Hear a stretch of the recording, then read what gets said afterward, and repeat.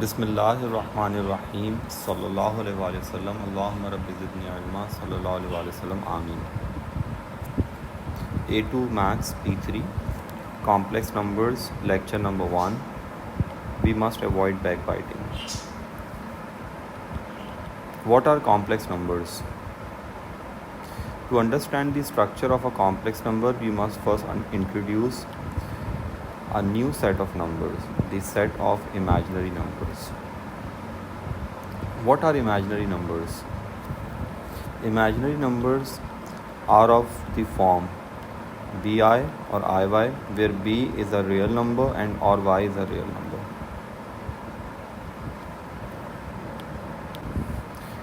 Where I is known as iota and the value of I is under root -1, therefore I square will be -1. The imaginary number I is called the unit imaginary number as it has the coefficient 1. Evaluate the following. We will evaluate these roots, square roots, with the help of I. Number 1. We can write under root -9 as under root 9 times under root -1, which will become 3i, because under root -1 is 3i. Number 2. We can write under root -5 as under root 5 times under root -1, and this will become under root 5i.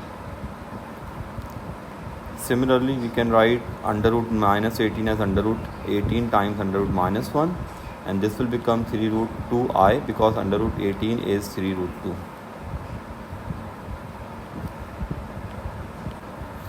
Always replace under root -1 by I and never replace I by under root -1. You should be careful while solving questions of complex numbers. Never replace I by under root -1. Since I is under root -1, therefore I square is -1. So I cube will be I square times I.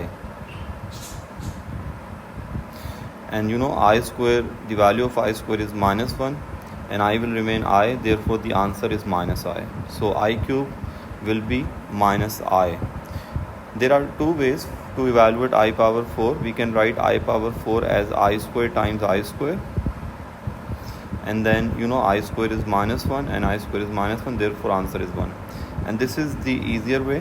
The last one, the other one, in fact, I power 4 can be written as I square power I square power 2. So I square is -1, so power 2 will make this 1. So I power 4, the answer of I power 4 is 1. You should follow this way. This is the easier one.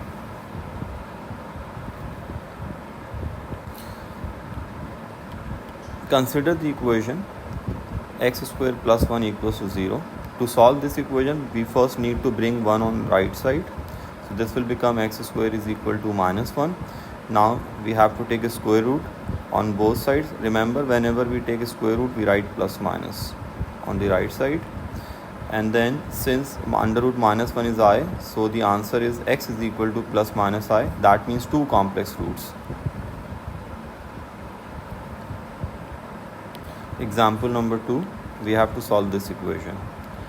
So since there are no roots of this equation, breaking of the middle term is not possible, therefore we have to use quadratic formula. And when you will use quadratic formula, you will get under root -3 here. And you all know under root -3 can be written as under root 3i. Therefore, we have x is equal to -1 plus minus under root 3i, because under root -3 can be written as under root 3i. Now break the LCM. So finally we have -12 plus minus root 3 upon 2i. This means two complex roots. Now this is very important. If you will observe this carefully, the real parts have same signs, whereas the imaginary part, the I part, have opposite signs. So whenever we have this type of situation in which real parts have same signs and imaginary parts have opposite signs, then these roots are known as complex conjugate. Just remember this word, the complex conjugate.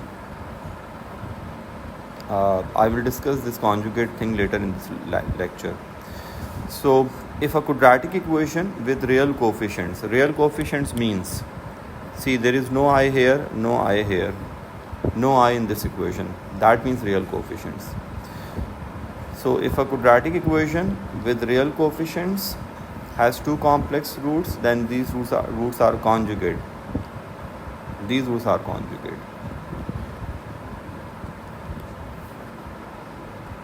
Complex numbers. Now we can define complex numbers. A complex number is defined as a number of the form x plus iy, where x and y are real values and I is the unit imaginary number. So a complex number is defined, can be expressed in this way: x plus iy, where x and y are real numbers and I is the unit imaginary number. Note, other cases are also common too, such as a plus bi, where a and b are real numbers.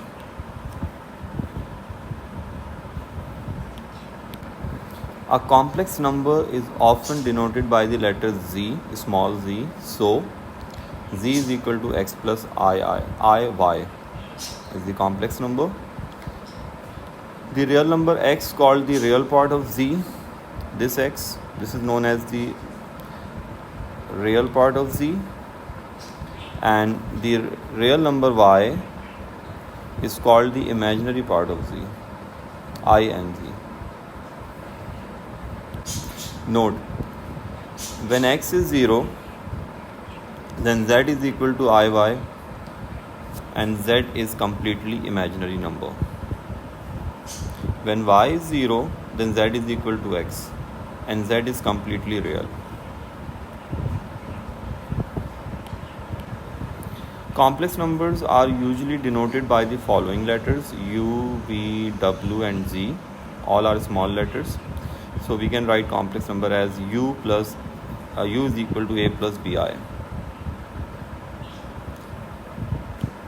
Let's discuss the complex conjugate. Complex numbers always exist in pairs.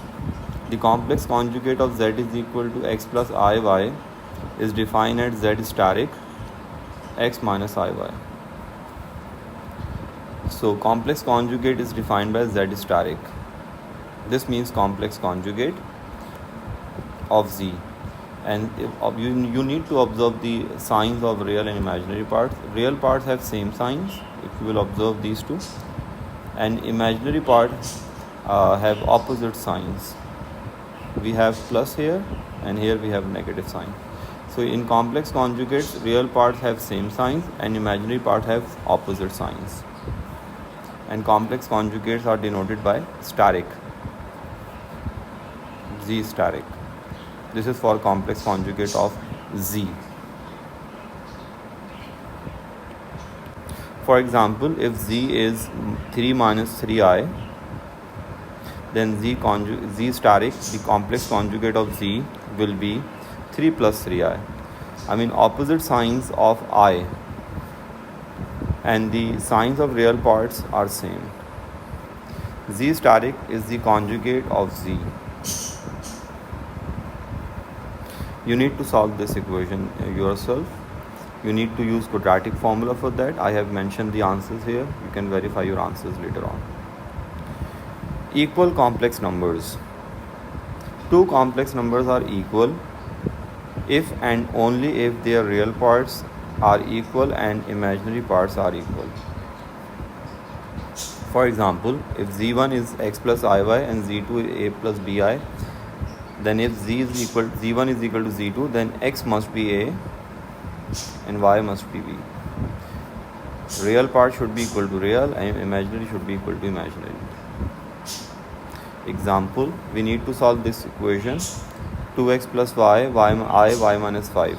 We can write this 0 as 0 plus 0i, so that we can equate real part with the real part. This is the real part and this is the real part, so you can equate these two.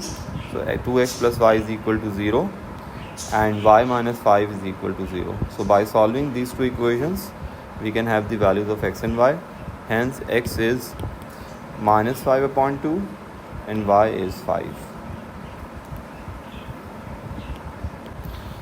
Now let's discuss calculating with complex numbers. Given z1 is 2 plus 3i and z2 8 minus I, addition. The first operation is addition. Well, to add z1 plus z2, we need to collect the like terms. Like we have to add 2 plus 2 with 8 and 3i with minus I. So when you will add real part with real part, you will get 10. When you will add imaginary with imaginary, you will get 2i. You need to collect the like terms. Subtraction. While subtracting, do same thing as you have done in addition. Like you need to collect the like terms. You have to subtract real part with real part and imaginary part with imaginary part. Like 2 minus 8 makes minus 6 and 3i minus I makes 4i. The next operation is multiplication. Here you need to do same multiplication as we normally do in real numbers.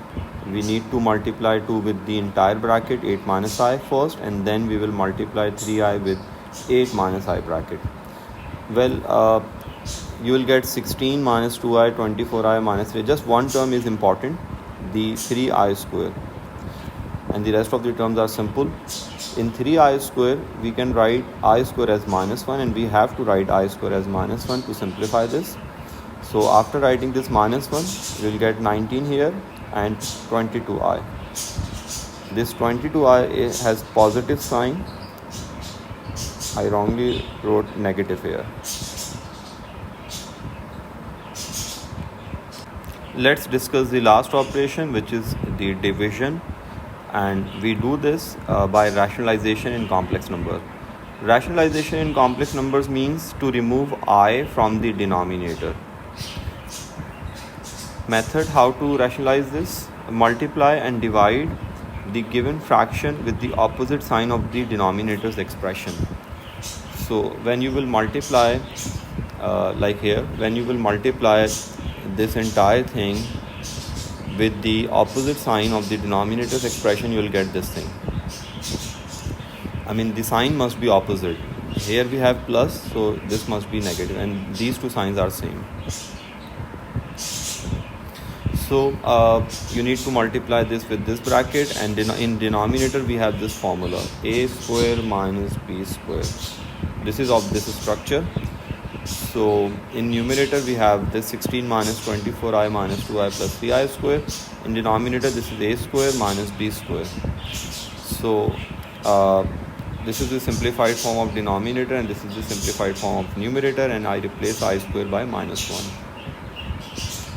Now finally we have to break the LCM, because we need the answer in the form x plus iy. To get the answer in this form, always break the LCM at the end. Another example, we need to simplify this u, and we have to give our answer in the form x plus iy. Well, we need to multiply this entire thing with the denominator's expression and with opposite sign. So since we have negative here, so this must be positive, and these two signs are same. Now just do the multiplication. In denominator, use the formula a square minus b square, and after when you will simplify this, then break the LCM and get the answer in the form x plus iy. Since we have just single term in denominator, so we need to multiply with 2i over 2i. There is no need to change the sign, because just one term. When one term is here, just multiply the fraction with the same denominator, and multiply and divide. In fact, multiply and divide the fraction with this same denominator, like 2i upon 2i. So when you will simplify this, you'll get 4i square. In numerator, you'll get 10i plus 20i square. And finally, you will get your answer in the form x plus iy. Don't use bracket here, because we never use bracket for complex numbers. Argand diagram. In complex number, the diagram are known as Argand diagram, and this axis is known as the real axis, horizontal axis, and the vertical axis is known as the imaginary axis. And this is the short form of the real axis. I mean REZ. REZ. So we normally use short form, and instead of writing imaginary axis, we normally use IMZ, imaginary axis for Z. And make sure you take same scale on both the axes. I mean, if this is 1, then the same width must be 1 on vertical axis. Note, there are some important points regarding the Argand diagram. Number 1, when drawing Argand diagrams, make sure you choose equal scales for the real and imaginary axis. This is very important. Always choose same scale on both the axes, and use cross to represent complex numbers on Argand diagram. Never use dot, never use circle for complex numbers on Argand diagram. Always use cross. Don't use bracket. I mean, never use bracket to represent complex numbers. So since we have this Z 3 plus 2i, so this is 3, and you see I have taken same scale on both the axes, and I use cross here. So, and never use bracket here. And this is the labeling. Always label the axis. For real axis, write REZ, and for imaginary, write IMZ. We must be honest. We must be honest with everyone. I will discuss the more concepts. In fact, this chapter is very lengthy, so there will be more lectures. So I will discuss the more concepts in my next lecture, inshallah. Jazakumullah khaira. Wassalamu alaikum wa rahmatullahi wa barakatuh. Allah Hafiz.